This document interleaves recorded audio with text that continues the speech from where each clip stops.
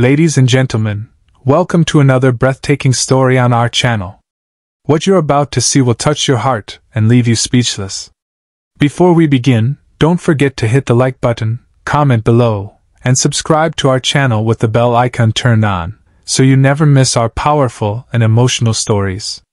Make sure to watch this video all the way till the end without skipping, because the twist will truly shock you. And tell us in the comments, which country are you watching this video from? We'd love to know where our amazing viewers are joining us. So, without further delay, let's get started. Carla Santos had learned how to move like water, quiet, steady, shaping herself to whatever space the Mendelson mansion gave her. For 3 years she'd glided through its marble foyers and velvet-draped parlors before sunrise, the hum of the vacuum her only companion, the scent of lemon oil and fresh linen trailing behind her. She never left fingerprints on the grand piano lid, never smudged the museum gloss on the frame de gas in the corridor, never interrupted the cadence of a household that ran on reputation and money. It was a Tuesday in early autumn, the kind New York morning that split the light into cool shards across Fifth Avenue, and Carla arrived at 6:58 a.m., as she always did, with a thermos of coffee in her tote and a folded city map she never looked at anymore.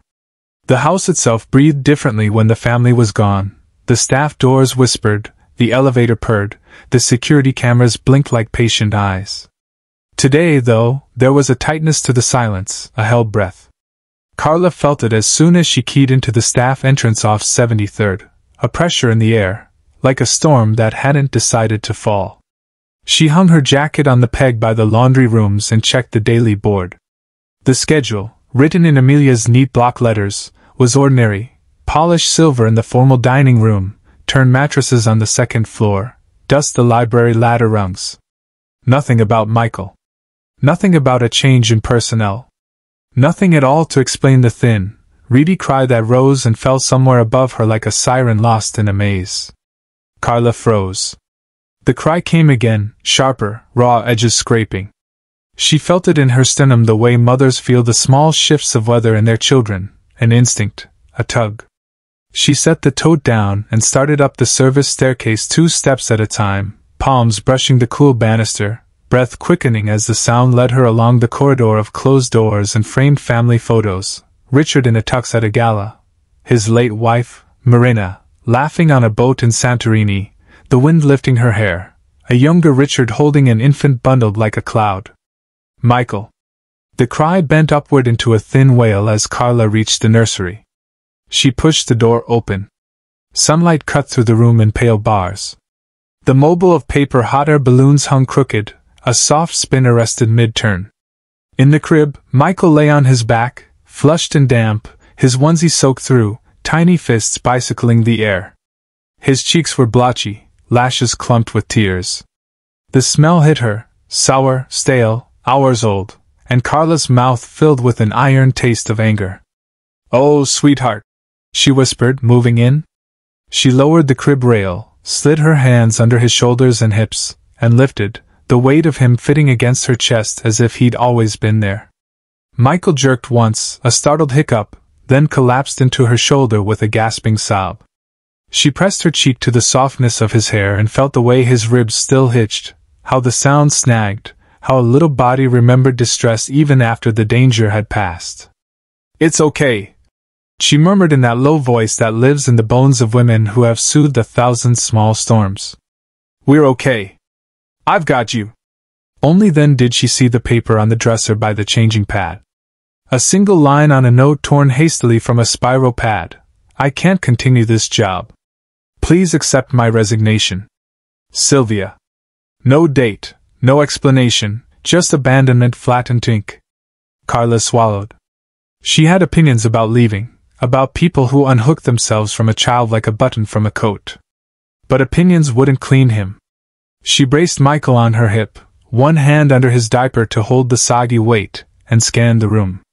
The en-suite marble bath gleamed, forbidding. Household staff didn't use family bathrooms unless directed. The small staff restroom by the linen closet had a shower, but no tub. He needed warmth, containment, the sweet animal comfort of water. The kitchen, she thought. The sink is deep. She gathered a clean onesie, a hooded towel with tiny barriers, wipes, a fresh diaper, and a small bottle of baby shampoo from the neat basket of supplies. Michael whimpered as she moved. She rubbed circles between his shoulders through the damp cotton. "We're moving, baby. Stay with me." The service stairs were faster than the family elevator. She took them, counting steps the way she had when Sophia was a newborn, and every flight was both punishment and prayer. The kitchen emerged as a cathedral of chrome and light. 6-burner range, copper pots hung like coins, the long run of stainless counter that always reflected her face in wide, warping angles. She turned the faucet, tested the water with her inner wrist, adjusted until it was a breath above body temperature. Steam bloomed and curled. She lined the sink with a folded dish towel to keep the steel from shocking him. One-handed, she stripped the sodden onesie, the heavy diaper, and eased him into the pool of warmth. His crying broke open into astonished silence. The change in his body was immediate. His toes unfurled. His mouth softened. Carla cupped water in one palm and poured it along his belly, watched tiny goose flesh settle back into skin. She wiped gently with a warm cloth, careful of the reddened creases of his thighs, the irritated ring at his waist. She would air those spots later, she thought, let his skin breathe, dab a thin veil of ointment. For now, tenderness and temperature were the medicine. "Listen," she said softly, as if to a skittish animal. "Hear that? Just water. Just the good sound." He made a sound in response, half sigh, half coo, so pure it shot straight through her sternum. She hummed without meaning to. Not a song from the radio or church, but the unworded melody she used to braid into Sophia's nap times when rent and fear sat like bricks on her chest, and singing was the only thing that kept the mortar from hardening. Michael splashed. He discovered his hands, then the way water caught and slid through them. When she smoothed a pea of shampoo into his damp curls, he blinked foam off his lashes with grave dignity. She rinsed him with the sprayer, keeping the stream low and even, a warm rain. The kitchen filled with the faint, sweet scent of baby soap and dish lemons, the clink of the faucet adjusting, the rustle of the towel when she lifted him out and gathered him against the terry. He settled, heavy with relief, head tucked under her chin. Carla rocked without rocking, a standing sway that matched the beat of her own blood. She thought of the caseworker's neat hands, the clipboard held at a firm angle, the words insufficient stability and best interest laid like cold stones between them. 2 years and her arms still remembered the exact weight of goodbye. The door from the main hall opened. "Carla?" Not Amelia's clipped contralto. A deeper voice, familiar from holiday toasts and the low murmur of end-of-day phone calls behind a closed office door. Carla turned. Richard Mendelson stood 3 paces inside the threshold, coat slung over his forearm, tie loosened 1.5 inches as if his neck had only just remembered it needed air. He looked like the newspapers liked to photograph him, tall, composed, a certain tinsel handsomeness that glass towers seemed to breed, except his face, at this moment, was entirely human, surprise softening into something he hadn't yet named. For a long breath, none of them moved. The scene must have looked absurd from the outside, the billionaire's cleaner in a beige uniform, barefoot in the kitchen because she hadn't wanted to track hallway grit, holding his son wrapped in a towel with bare ears as steam ghosted out of the sink. "What is going on?" he asked. Not a shout, his voice carried easily in this house, but full, resonant, the edges honed. Carla's fingers tightened on the towel. Michael startled at the new sound, body tensing, breath hitching. She pitched her voice down into that chest-level place again and felt him soften by degrees. "Mr. Mendelson," she said, steadying her breath. "Michael needed a bath." "In the kitchen sink?" "Yes, sir." She kept her eyes on his, because shame wasn't warranted and fear wouldn't help. "The staff shower isn't safe for him, and I don't have permission to use the family bathrooms. The nanny," she lifted her chin toward the folded note on the counter, "is gone." Richard crossed the floor in 3 sure strides and picked up the paper. He read the line once, then again, as if repetition might force more words to appear. Something closed and opened along his jaw. He looked at Michael in Carla's arms. The boy's face, a minute ago vivid with distress, was now composed in that post-storm slackness, the weight of trust distributed across Carla's forearms. "My son was alone?" he asked, and the last word was softer than the others, as if it refused to hold its own weight.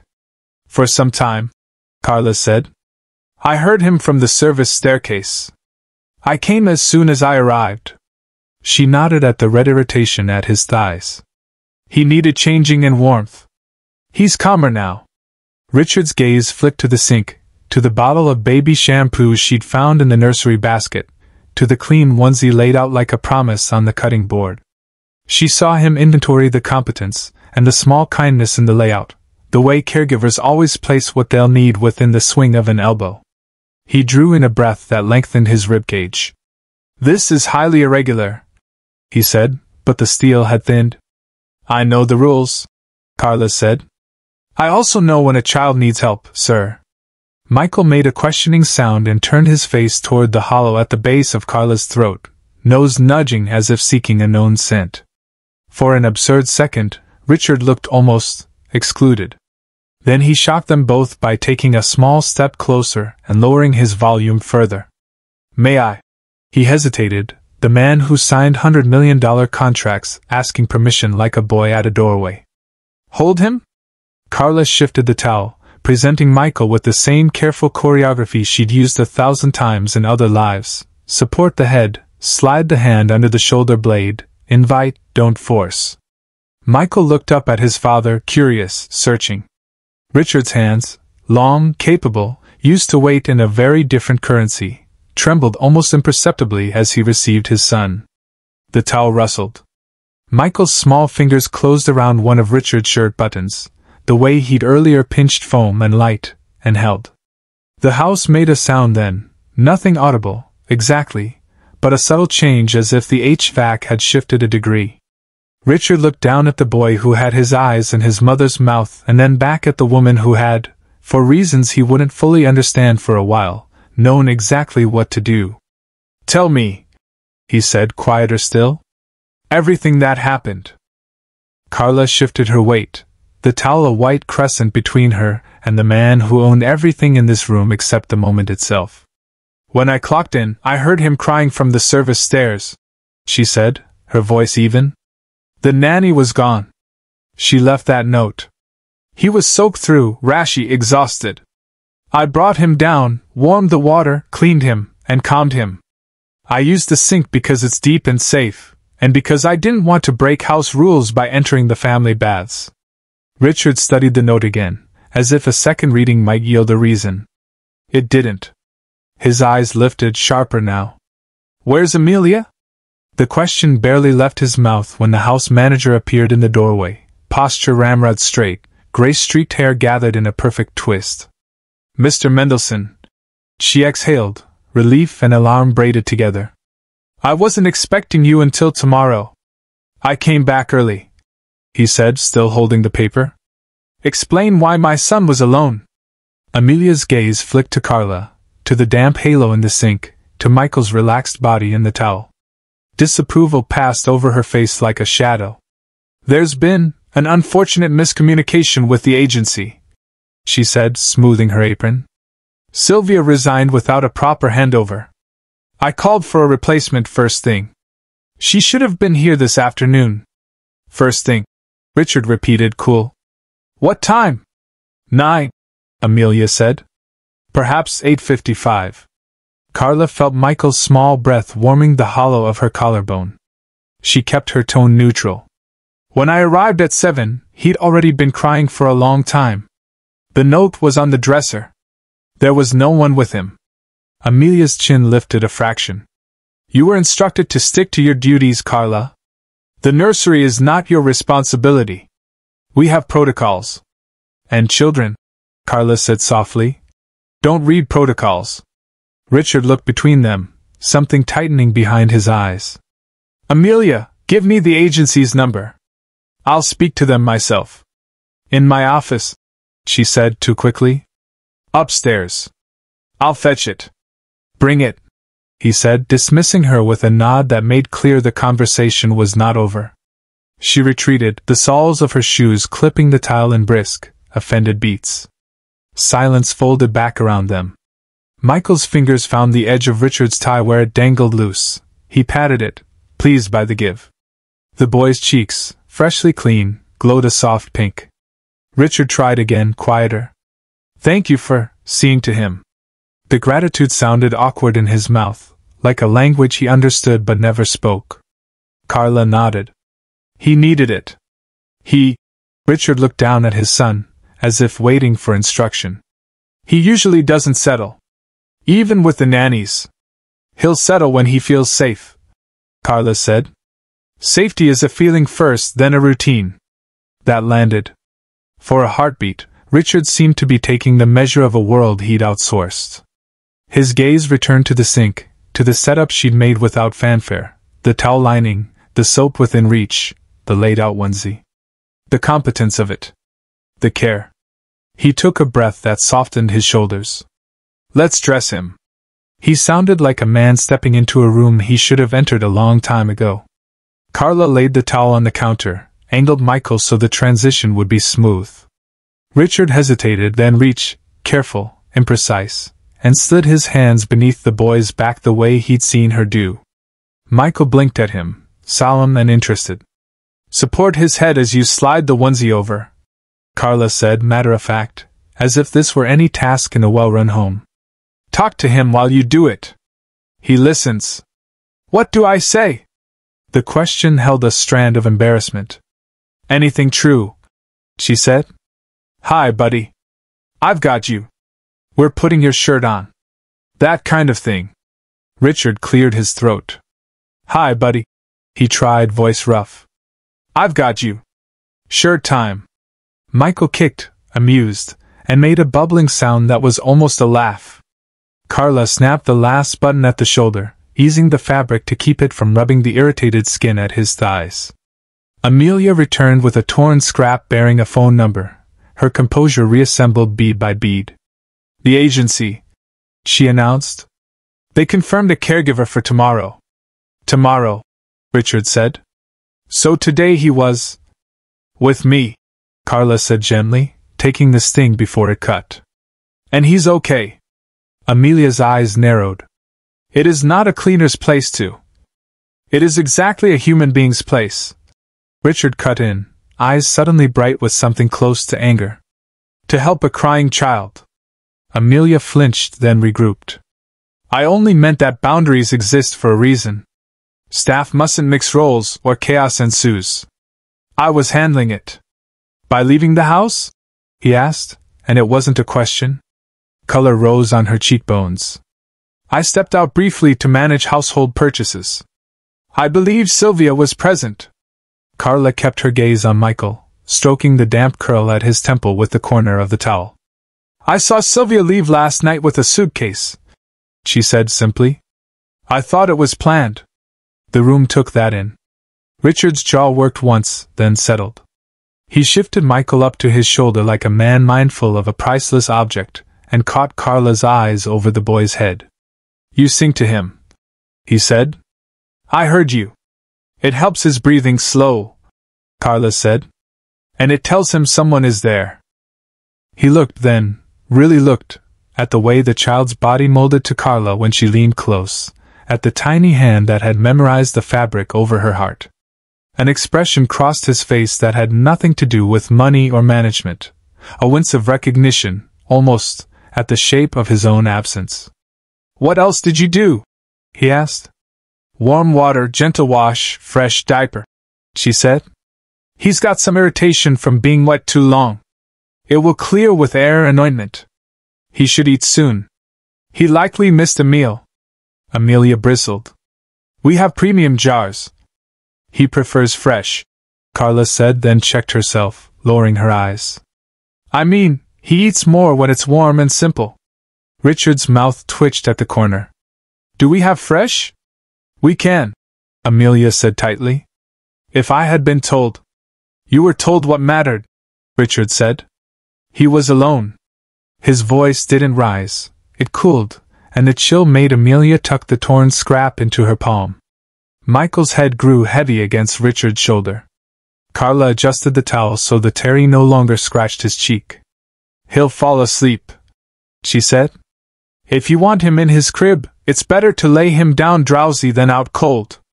Richard glanced toward the ceiling as if he could see through floors to the pale blue crib upstairs. Show me, he said. Then, after a beat to Amelia, we're not done. Put the agency on standby, but do nothing until I say. Amelia pressed her lips together. Yes, sir. She pivoted and left, and the kitchen exhaled. On the stairs, Richard's stride was deliberate, careful not to jostle. Carla walked beside him, one hand hovering near Michael the way a lifeguard hovers at the edge of a pool, ready, invisible. The family hallway, photos, the soft carpet, the faint scent of Marina's favorite peony perfume that still lingered in the fibers, seemed to watch them pass. In the nursery, sunlight had warmed the room another shade. Carla lowered the crib rail and gestured. Angle him so his cheek lands on the cool part of the sheet. Keep your hand on his back for a count of 10. Richard did as she said, palm wide over his son's shoulder blades, counting silently, a muscle ticking in his jaw. Michael sighed, the small sound of surrender to sleep, and settled. Richard's hand hovered a second longer than necessary, as if afraid to break the spell, then lifted. Carla pulled the blackout shade down to a notch, leaving a slim ladder of light on the far wall. He sleeps better with a little glow, she said. Pitch dark makes him startle. He stared at the thin brightness, then at her. You know that. I work nearby, she said. I notice things. He glanced at the changing table, restocked wipes, a tidy row of diapers. At the laundry basket she'd pulled forward to air out, the tiny onesie folded over the rim to dry even though the house had machines that could sterilize a hospital. The way her order didn't erase life but made room for it. Back in the hall, his voice shifted again, dragging up something heavier. Where did you learn all of this? She kept walking so she wouldn't have to hold the weight of his eyes. I helped neighbors with their kids growing up, she said. And I. A beat. The truth asked to be told. I had a daughter. Sophia. He recognized the past tense. Had. Carla's hands dipped into her pockets, a gesture like bracing. The court decided she was better off with a family who could provide more than I could alone at the time. She did not say after her father disappeared, or after I took the night shifts no one else wanted, or after the social worker counted the square footage instead of the lullabies. A silence gathered that felt respectful, not prying. I'm sorry, he said, and meant it. Me too, she said. I still notice things. They reached the landing where the house split, his study one way, the library the other. Richard paused, turning to face her fully, as if he'd arrived at a place he'd avoided. Thank you, he said again, and this time the words had weight. For acting when you weren't required to. Carla nodded once. He needed someone. He exhaled through his nose, a sound like a vowel forming. He needs his father, he said, mostly to himself. From the nursery, a soft rustle, the turn of a small body toward the sourced warmth. Richard half-turned, instinct pricking. Carla touched the banister, an anchor. He's okay, she said. He knows we're here. Richard's phone buzzed in his pocket. Meetings, messages, the seamless pull of a life that almost never yielded. He didn't look. He slid the device to silent and slipped it away, and the movement, small as it was, changed the air between them. Come downstairs, he said. Tell me what we need to fix. They stood on the landing a beat longer, as if either wanted to break the fragile new order, then turned and went back down. In the kitchen, the sink had stopped steaming. A crescent of water gleamed along the stainless lip like a reminder of what had just shifted. Richard laid his phone on the counter face down, an act small enough to miss and large enough to matter. Amelia hovered near the doorway with a legal pad clutched to her chest. The agency says they can start tomorrow at 9, she reported. A candidate with 10 years' experience. Put them on hold, Richard said without looking at the pad. We'll reassess. Her mouth parted. Sir, with respect. With respect, he said evenly. My son was left alone. We're not doing anything by reflex. He handed her the resignation scrap. And stopgap fixes that ignore the root problem are no longer the standard in this house. Color rose and fell along Amelia's cheekbones. She nodded once, stiffly, and moved toward the office to make the call. Richard turned back to Carla. What does he need now? Carla listened for a second, head tilted toward the ceiling the way people who live with babies learn to do, reading silence as closely as sound. Sleep first. Then food, she said. He missed a meal. As if on cue, a soft plaintive cry spiraled down the stairwell, not the panicked wail from earlier, but the puzzled sound of a child surfacing from sleep.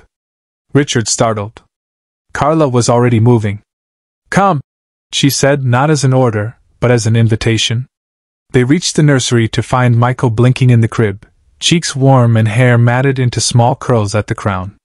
Carla lowered the rail and scooped him up with a practiced tuck.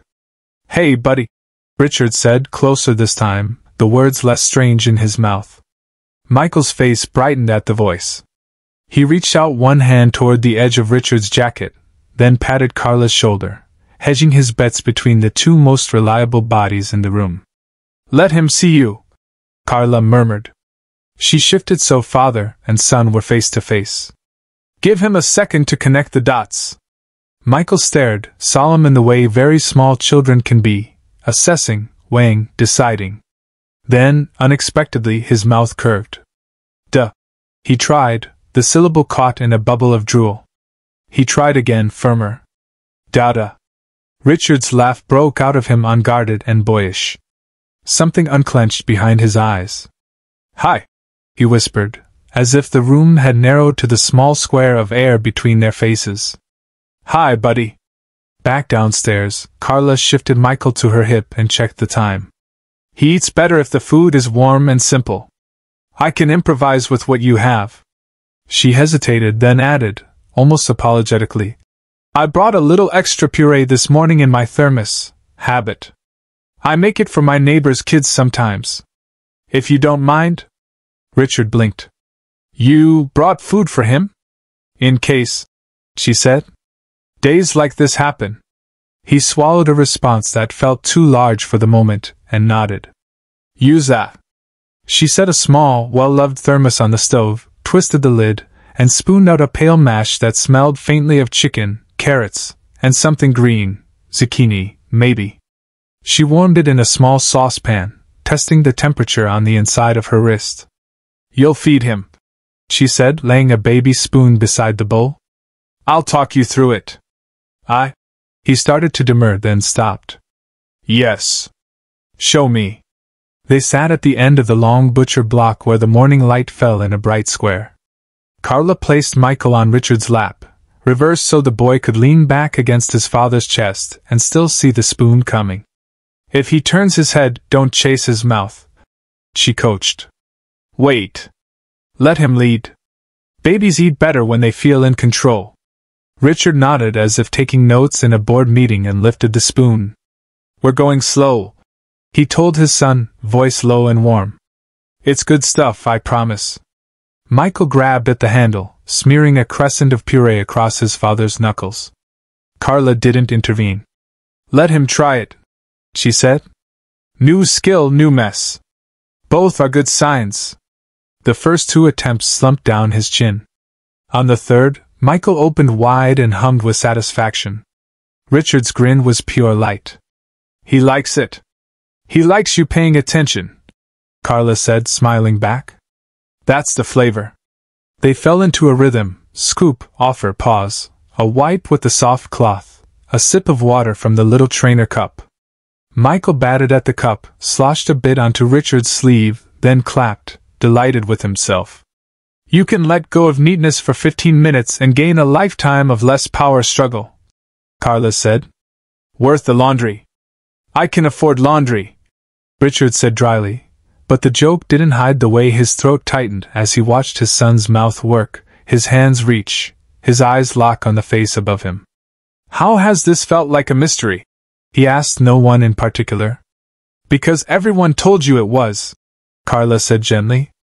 Nannies with theories, managers with protocols, calendars full of other people's urgency. Babies don't speak any of those languages. Michael slowed near the end of the bowl, blinking heavier. Carla leaned in. 2 more spoonfuls, then stop, she advised. Quit while he still feels good about it. Richard obeyed, then held out the cloth. Your turn, he told his son, handing over the rag. Michael pressed it to his own mouth, missing but incredibly proud. The pride ripped something open in Richard in the best possible way. Amelia reappeared in the doorway, a half-step hesitant this time. I've told the agency to hold, she reported, eyes taking in the tableau, Richard with puree on his sleeve, Michael on his lap, Carla at his side. Her expression softened a notch. I've also drafted a list of pantry staples more appropriate for fresh preparation if we're changing the approach. We are, Richard said simply. Thank you. She looked at Carla and, after an almost imperceptible hesitation, added, Would you be willing to review it with me later? So I get it right? Carla nodded. Of course. Michael sagged back against his father's chest, thumbs sliding toward his mouth. Carla redirected gently, offering the little silicone teether instead. Try this, buddy? He accepted it with a satisfied grunt, a clear sign that nap number 2 was not far behind. Richard shifted him to a shoulder and stood, automatically patting in an offbeat rhythm that made Carla smile. Think of a metronome, she said. Babies like predictability more than speed. He slowed, patted 1, 2, 3, 4 until Michael's eyelids drooped again. Down drowsy, hand on his back for a count of 10. Richard recited, and she felt a ridiculous flame of pride at how precisely he had listened. They did the dance again, the stairs, the dimmed shade, the hand like a warm weight between tiny shoulder blades. At 7, Michael's breathing evened. At 10, Richard pulled back, palms hovering as if blessing the air. He stepped away on the outsides of his feet, glancing over his shoulder twice before they eased the door to. In the hallway, the house seemed to tilt toward him, as if waiting to see what kind of father would fill it. He turned to Carla with a look that combined wonder, self-reproach, and a builder's instinct to fix what he had neglected. Help me make a list, he said quietly. Not for Amelia. For me. What do I need to change now, today, to make this his home, not just his address? Carla thought for a second, then spoke without embroidery, the way you do when the person in front of you is finally ready to hear the truth. Fewer hands, more heart. One primary caregiver he can attach to, not a rotation. Space for mess where learning happens. Routines that flex around him instead of forcing him to square himself to them. And you, on the floor every day, even if it's 10 honest minutes instead of an hour while thinking about something else. He nodded, absorbing each line like a contract clause. And the hard part? Trust, she said. Trust that loving him out loud won't make him soft. Trust that presence outruns perfection. Trust the person you hire and get out of their way, until they ask you in. And the person I hire, he said, eyes steady on hers, might already be in this room. The words hung between them, clear, risky, undeniable. Carla's hand tightened on the banister. A flicker crossed her face. Hope, fear, the reflexive recoil of someone who had loved and lost and learned that offers often come with hooks. You don't have to answer now, Richard said, reading the flicker for what it was. But I need you to know I see what's in front of me. I see what he's telling us with his whole body. From behind the nursery door, the softest rustle, then quiet. A city horn blared distantly on 73rd. A dog barked twice and gave up. Inside the hush of the hallway, Richard slid his phone deeper into his pocket as if to weigh himself down against old habits. Lunch for the grown-ups? He said a little shyly. And after that, teach me how to change a diaper without getting annihilated? Carla smiled, the kind that didn't show many teeth but warmed the eyes. Deal, she said. And we'll start with the cardinal rule, set up your battlefield before you open fire. He laughed, low and clean. Battlefield. Got it. They moved together toward the stairs, an executive and a cleaner, a father and the woman who had held his son like a compass, already speaking in the grammar of a new house. The smell of fresh coffee lingered faintly as they stepped back into the wide kitchen, where sunlight angled through the tall windows and scattered across the polished counters. Richard set his phone aside again, this time deliberately, face down on the marble island as if he'd already begun to understand the choice between his empire and his son. Carla washed her hands at the sink, rolled her sleeves neatly above her elbows, and began pulling out ingredients from the fridge with a practiced efficiency: carrots, a few ripe pears, some leftover roasted chicken. "You don't have to cook," Richard said, a little awkwardly, standing with his hands in his pockets. He was a man used to delegating, not asking. "I'm not cooking," Carla corrected softly, laying the food on a cutting board. "I'm showing you how easy it is to make something a child actually wants to eat. Food is care too, Mr. Mendelson. Babies know the difference between heat from a microwave and heat from real hands." The knife moved under her fingers with steady precision. Richard found himself watching more closely than he'd intended. The way she checked texture with her thumb, how she scraped the carrot shavings into a neat pile instead of letting them scatter. There was no waste in her movements, only the quiet assurance of someone who had done this hundreds of times without applause. "Tell me what I should do," he said finally, stepping closer. She glanced up, a little surprised at the humility in his tone. "All right. Mash this with a fork." She slid the roasted chicken toward him. "Don't grind it into paste. Babies need texture to learn chewing. Gentle pressure, not force." Richard picked up the fork, pressing down on the meat. It resisted differently than a balance sheet or a contract ever had. He adjusted, careful, until the fibers tore into bite-sized strands. Carla nodded. "Perfect. See? You don't need machines. Just attention." They worked side by side, almost in silence except for the rhythmic scrape of fork against ceramic and the faint clink of Carla's spoon against the pan. The space between them carried an ease that startled him. It had been years since he'd felt it in his own kitchen. Marina had once filled these counters with laughter and recipes in Portuguese, and after her absence the rooms had grown colder than the marble itself. Now, watching Carla move, he felt the ghost of that warmth return. Amelia re-entered quietly, a ledger in her hands. For once, her tone held less authority, more restraint. "The pantry list is ready," she said, eyes flicking between the two of them. "If you'd like to review it after lunch." "Later," Richard said without looking up. He was still mashing, intent on getting the texture just right. The sight seemed to catch Amelia off guard. The billionaire at the counter, sleeves rolled up, working chicken with a fork like any father in any kitchen. Her mouth tightened, but this time no criticism came. She nodded and withdrew. When the puree was done, Carla portioned some into a small bowl, set it aside for Michael, then plated the rest with rice for the two adults. "Simple," she said, sliding a plate toward him. "But nourishing. You should eat with him whenever possible. Babies learn by mirroring. If you share food, he'll feel less like he's being managed and more like he's being included." Richard sat tasting the dish. It was humble, but somehow better than anything he'd ordered from the city's finest caterers in weeks. Maybe it was hunger, maybe it was the company, maybe it was the fact that his son was upstairs breathing deeply in a crib he nearly abandoned to strangers. "This is good," he admitted, almost sheepish. Carla smiled faintly. "It's not about good. It's about real."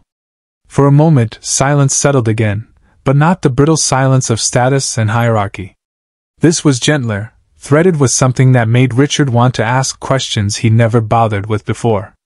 "Sophia," he said suddenly, her daughter's name falling heavy into the air.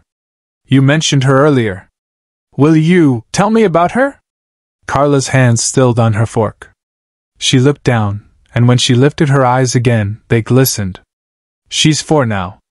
Loves sunflowers. Used to press her palms against the glass when buses went by, waving like the whole world was hers. She's with a family who can give her more than I ever could: school, a backyard, bookshelves taller than she is. I get letters once a month. She's happy." The ache in her voice was a chord Richard recognized deep in his chest. He reached for his glass of water, if only to buy himself time before he spoke. "You did what you had to. Gave her what you couldn't. That's love." Carla shook her head gently. It doesn't feel like love when your arms are empty at night. The confession hit him harder than expected. He thought of his own nights, the penthouse quiet, the skyline glowing, the bed vast and cold. Marina's absence had been a wound. His own choices had deepened it. For the first time, he saw Carla not as the silent figure who polished the banisters, but as a mother cut open by loss, still walking, still giving. Before he could form a reply, a cry rose faintly from upstairs, Michael stirring again, restless. Carla rose instinctively, but Richard lifted a hand. Wait, he said. I'll go.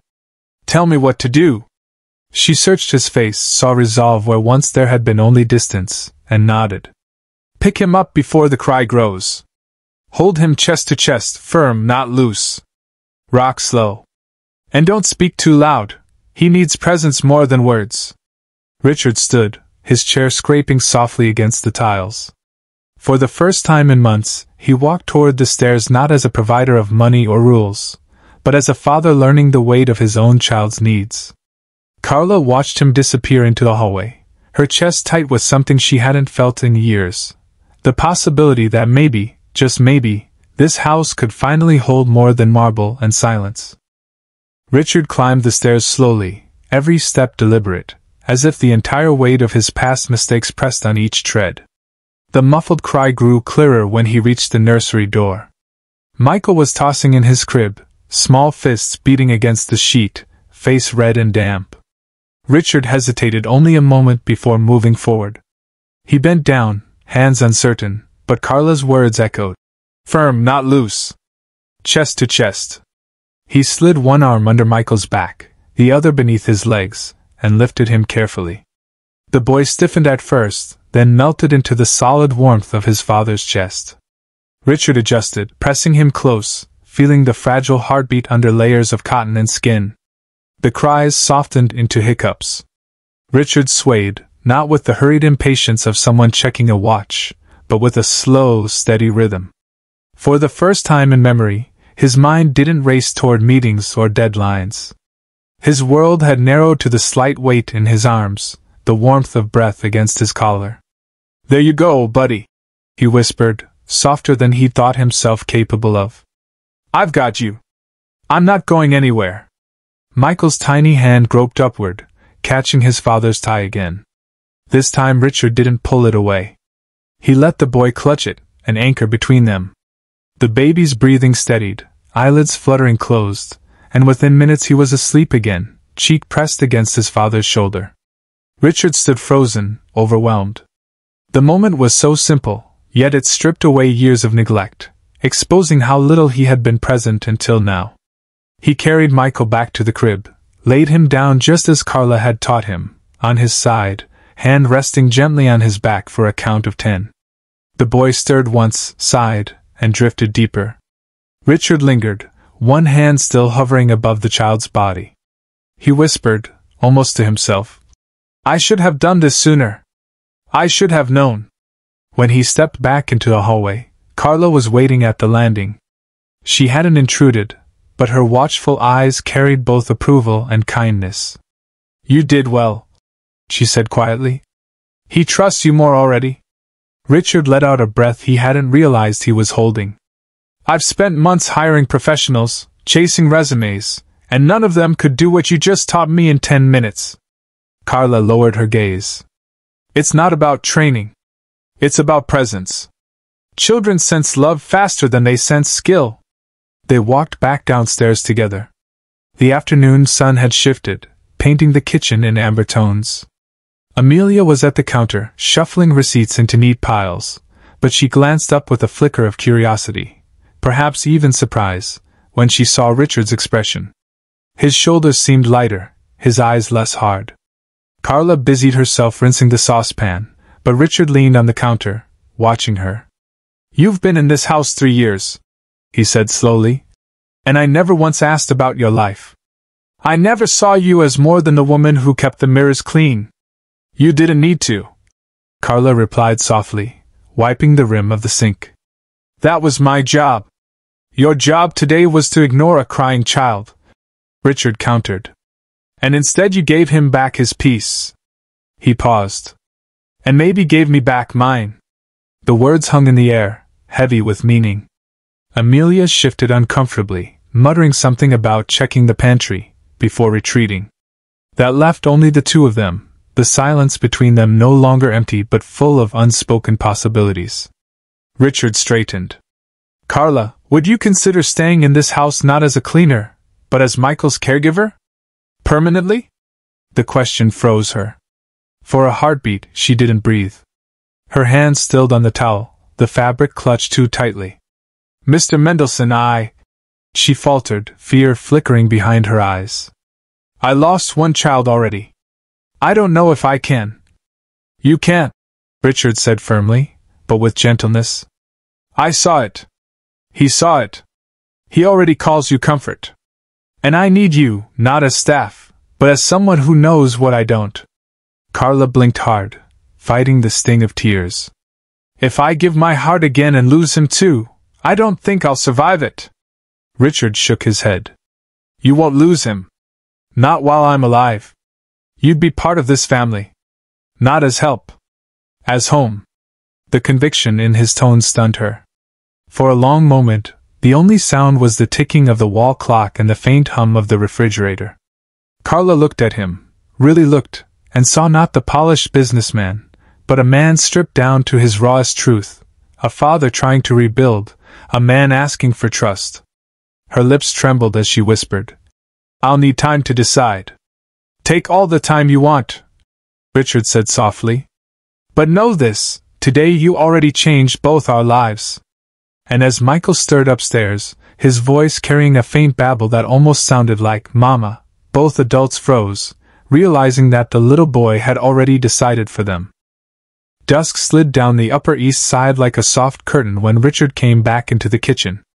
The city outside glowed. Inside, the house felt different, less like a museum, more like a place where people actually lived. Amelia stood near the island with 2 mugs of tea and a folder. She looked as though she'd rehearsed what to say. Mr. Mendelson, she began, measured. I owe you both an apology. I prioritized order over the child. That won't happen again. Carla nodded once, accepting the words without exploiting them. Richard met Amelia's eyes. Thank you, he said. Here's how we'll proceed. The agency is cancelled for now. We're changing the structure. He opened the folder, a clean sheet headed Household Changes, effective immediately. 1. One primary caregiver for Michael. 2. Fresh, simple food prepared daily. 3. Play first, polish second. 4. Phones away when with the child. 5. Collaborative decisions, care leads, operations supports. He looked to Carla. If you accept, you'll be that caregiver. Carla's fingers tightened on the dish towel. I need to protect my heart, she said, voice steady but thin around the edges. If I say yes, I will love him like my own. I can't do it halfway. Then we won't ask you to, Richard said. You'll be treated, and compensated, as a lead professional. Benefits. Health care. Paid time for night classes if you choose to finish your early childhood degree. Your call. Amelia cleared her throat. And I will adapt, she added, looking directly at Carla. You'll make decisions about Michael's routines. I'll support you instead of second-guessing you. Silence held for a heartbeat. Upstairs, the baby monitor purred with even breathing. Carla saw the list, the mugs of tea cooling beside it, the billionaire with puree on his sleeve, the house manager learning to soften edges she'd sharpened for decades. She saw Michael's face earlier, slack with trust in her arms. She exhaled. Then I accept. No one cheered. The moment didn't need noise. It needed shape, so they gave it one, right there at the counter under the soft cone of a pendant light. Richard slid a second page across to her, a written offer with salary, paid education, and a line that made her throat catch, primary care lead, home environment. Carla read it twice to be sure the words stayed. Conditions, she said, lifting her chin. I need 2 afternoons a week free for classes if I enroll. I need my judgment respected around naps, meals, and comfort, even when it looks like spoiling to someone who hasn't read a toddler in distress. And I need space to keep the photos and letters I get about my daughter. I will not be asked to hide that part of my life. Done, done, and done, Richard said without negotiation. And if you want, I'll connect you with a family attorney to explore appropriate, respectful contact with Sophia's adoptive family, only if you're ready. Carla didn't speak at first. She just nodded once, a small movement with enormous gravity. Amelia, of all people, was the one who reached for a pen, slid it to Carla, and, hands steady, watched her sign. They ate together that night at the kitchen table. Roasted vegetables, rice, sliced pears. No china, no crystal, just plates, a high chair, and a baby who woke halfway through and babbled happily in Carla's lap while Richard laughed and forgot the time. When Michael reached toward Carla and said it clear as daylight, "Mama," the word didn't break anything. It threaded them, simple and strong. What came next did not happen in a day, but day by day. In the morning, a new whiteboard appeared on the fridge, Michael's day. Blocks of gentle routine, wake/breakfast/park/nap/music, penciled in by Carla's hand and revised in light strokes when life asked for kindness. Amelia reorganized the pantry with Carla, oats, brown rice, chicken, greens, fruit. Labels on low shelves read "Small hands help her." In the playroom, baskets sat on the floor at Michael's height, books, blocks, music, so he could choose, and because choosing is learning. Richard's calendar changed. A standing 20-minute block read floor time, and non-negotiable. His assistant tried to budget once and learned quickly not to. Deals still closed. Glass still went up on sky blue renderings. But every day, a tie ended up damp with applesauce. Every night, a suit jacket smelled faintly of baby shampoo. He learned the difference between a hungry cry and a tired cry, between overtired and overstimulated. He learned that patience is not passive. It is an action you repeat until the world becomes safe enough for a child to sleep. 2 weeks in, the diaper change, battlefield, became choreography, wipes open, cream uncapped, fresh diaper fanned like a little white wing before the tabs came off.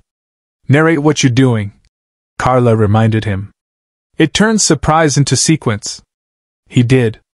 Michael stopped fighting and started helping, handing over the clean tab like an apprentice. A month in, the dermatologist noted that the rash had resolved. Michael's weight curve lifted. He started bringing Richard books, backing into his lap with the confidence of someone who knew where he belonged. They read the same 3 every night: Goodnight Moon, Freight Train, and a touch-and-feel book about animals, until Richard could recite them in the dark with the lights off and one hand on a small chest that rose and fell on the rhythm of his voice.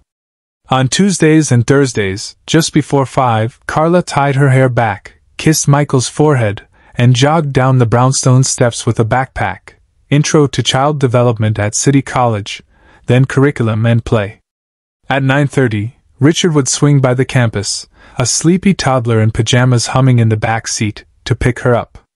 They'd debrief the day in the car, nap length, new word, park politics, the triumph of a first turn shared without tears. Sometimes Amelia called in with a pantry question. Steel cut or rolled oats? And Carla laughed, and answered like a coach calling the next play. On a wind-clean Saturday in late fall, a letter arrived from the social worker. The adoptive family, pleased by Carla's progress and stability, was open to supervised monthly visits. There were conditions and boundaries and a schedule to respect. There was also a date circled in blue ink. Carla sat on the back steps to read the letter twice, the world bending pleasantly out of focus around the edges. When she looked up, Richard was in the doorway. He didn't say "I told you so." He said simply, "Tell me what you need." What she needed, when the day came, was modest: a quiet bench in Central Park near the carousel, a thermos of chamomile tea, a pocket pack of tissues she wound up not using because Sophia barreled into her with a grin too wide for tears. They counted ducks. They traced letters in the dust. Carla didn't ask for what wasn't offered. She marveled at what was. Winter slid in. The mansion breathed differently again, but not from emptiness, from ritual. Morning light on oatmeal steam. Stroller tracks and fresh snow to the little playground on 77th. A small mitten clapped against the window when Richard's car pulled up, Michael's whole body lit like a lamp. Amelia, careful and kind, learned to read a toddler's face and, in turn, let someone else read hers. The rules remained, but they served the people now, not the other way around. One night, after an impossible day at the office, Richard came home late to find the living room floor a maze of blocks. Carla sat cross-legged under a blanket fort, hair loose from a long day, finishing a reading for her class by the light of a camping lantern, while Michael slept a foot away in a nest of pillows, the baby monitor murmuring softly.